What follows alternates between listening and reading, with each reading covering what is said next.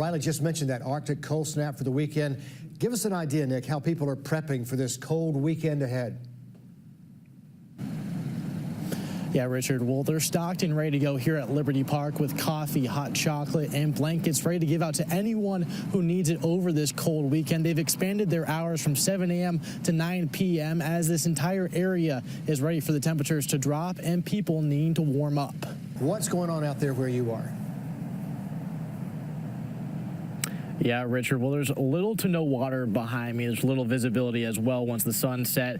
But throughout this afternoon, water rose to levels that neighbors have never really seen before and really creeped into their backyards as they weathered the storm all afternoon. Fair right there on 13th. What is the delay? Yeah, well, you know, construction concerns are a major deal, and there is no traffic behind me. You can see nothing is going on. You can kind of look a little bit further up on Walton Way. Traffic is moving over here on Telfair Street, across where the road is closed. Traffic's flowing over there, and that's leaving this bike shop just wondering when this project is going to end. But for now, he's waiting for that tree lighting in the crowd there. There's a sip and shop going on as well. So a lot happening behind you today, Nick. Absolutely, Richard. People are starting to flood in now. You can see all the vendors are out. They've been setting up all day for this event. And we're just going to kind of walk and show you around what's going on. They have Evans on Ice. That's kind of been going around all the past couple of weeks. Live music until 6 o'clock. And then there's the Christmas tree that's about to be lit at 6 p.m. So there's a lot going on here at the Evans Town Center. Oh, we got a special guest appearance with the Grinch. How's it going? Merry Christmas, Grinch. You excited to see Santa? There we go. He's all about it.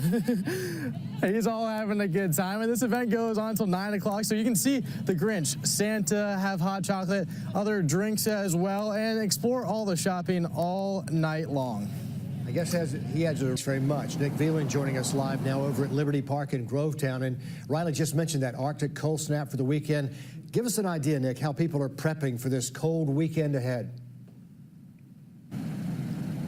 Yeah, Richard, well, they're stocked and ready to go here at Liberty Park with coffee, hot chocolate, and blankets ready to give out to anyone who needs it over this cold weekend. They've expanded their hours from 7 a.m. to 9 p.m. as this entire area is ready for the temperatures to drop and people need to warm up.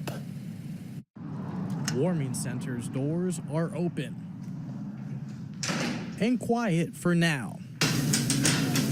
But stovetops are making noise as warming shelters and other orgs prep for the low temps this weekend.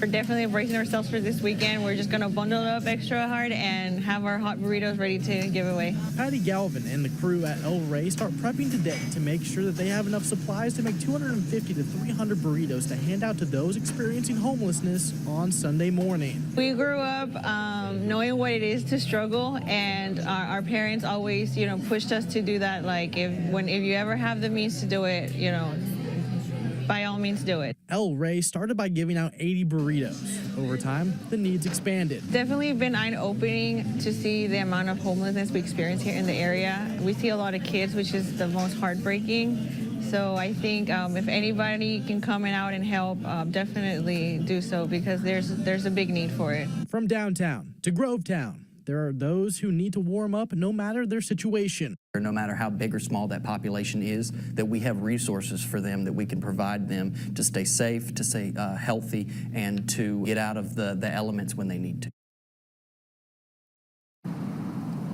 And again, the hours here are 7 a.m. to 9 p.m. The Salvation Army in Aiken will also serve as a warming center once the temperature drops below 37 degrees for more than 2 hours. And for other locations and hours, we'll have more information on our website.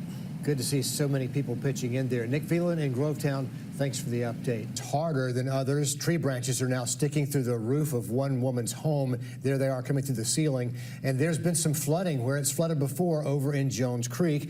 And that's where our Nick Viland joins us live now that things have calmed down. Nick, what's going on out there where you are? Yeah, Richard. Well, there's little to no water behind me. There's little visibility as well once the sun set. But throughout this afternoon, water rose to levels that neighbors have never really seen before and really creeped into their backyards as they weathered the storm all afternoon. Water rising to new heights. It's never gotten this high. It's gotten close. Coming from Jones Creek and spreading throughout. Didn't take but about 30 minutes or so before I started watching the creek rise. And it wasn't just a little rise, it was quick. And into George Atkins' backyard. You can see through my yard how much all the leaves are, and comes over to this azalea bed, over to the far right side, all the way up. It came up almost to the second step there on my deck. Rain causing flooding, high winds causing trees to fall even into this kitchen from a storm that put everyone in response mode. It's going to rain for another couple, 2-3 hours. All hands on deck at the Columbia County Emergency Operations Center, watching, waiting, and bracing for impact. It's pretty rough outside. They saw the wind and the rain through traffic cams, causing power outages and debris throughout. Today was just one of those things. It's like, man, all of this is now, it's really changed things up, and who knows what it looks like on down the creek here, but I'm sure it's pretty nasty too. Yeah, and we are a little bit ways up beyond the creek from George's backyard, so it is a little nasty out here, but neighbors are saying that their cleanup efforts are starting tonight.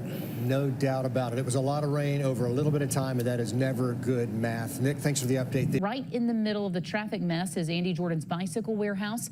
They say this delayed project is hurting the decades-old family business. Our Nick Viland joins us live. So, Nick, that's really shut down a pretty busy thoroughfare right there on 13th. What is the delay? Yeah, well, construction concerns are a major deal, and there is no traffic behind me. You can see nothing is going on. You can kind of look a little bit further up on Walton Way. Traffic is moving over here on Telfair Street, across where the road is closed. Traffic's flowing over there, and that's leaving this bike shop just wondering when this project is going to end. On the inside, it's business as usual. But on the outside, 13th Street gets more dust daily. Traffic is little to none, and a business struggling with less traffic now, too. It's got to hurry up and get done. I mean, it's affecting my business. I've got staff that is counting on us. Andy Jordan's Bicycle Warehouse is a family business going 50 years strong at their location on 13th Street. GDOT says that last year, 13,500 cars traveled this road daily. In August, Drew Jordan was given 24 hours notice that his business was going to be the border of a construction closure. So I didn't really have any way of preparing for it or just letting my customers even know what was going on. He scrambled, making signs, trying to get people to know that they're still open and accessible. But it isn't the same. Those people that I just happened to be driving by and noticed your shop, it's like that's not really happening anymore. The project was supposed to be wrapped up by the end of 2023. Now the city says that they're hoping to have it done by Masters Week. Every day that the project goes on, the less know about the Jordan family business. 1% of those people notice your building. That's still huge. Those little percentages are huge for a small business.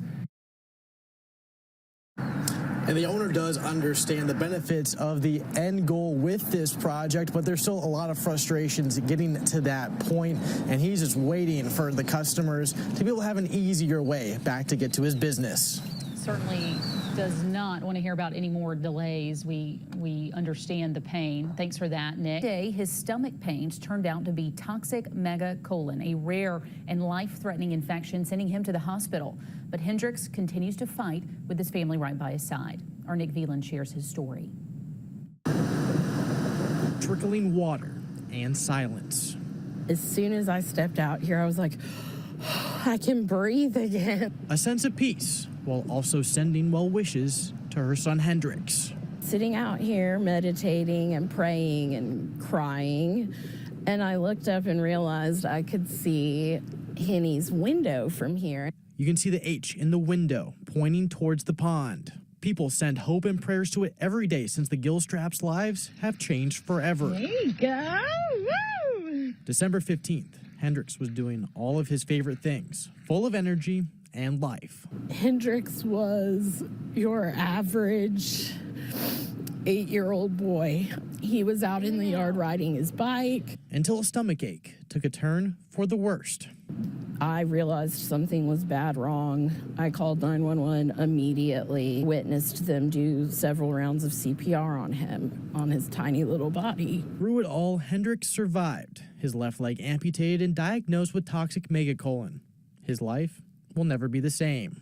The last thing he's gonna remember is telling me his stomach hurt and then waking up from a coma with one less limb. But the sun has to rise after the storm. Hey! Signs of life, waving, letting everyone know he's fighting. We know he's in there still. From slim odds of survival He's waving. to now. He's got to come out of this on the other side. There's got to be a reason he is still here. Thumbs up. Some could say it's a miracle. I love you. In Augusta, It's so good to see you, Hendrix. Nick Viland on your side.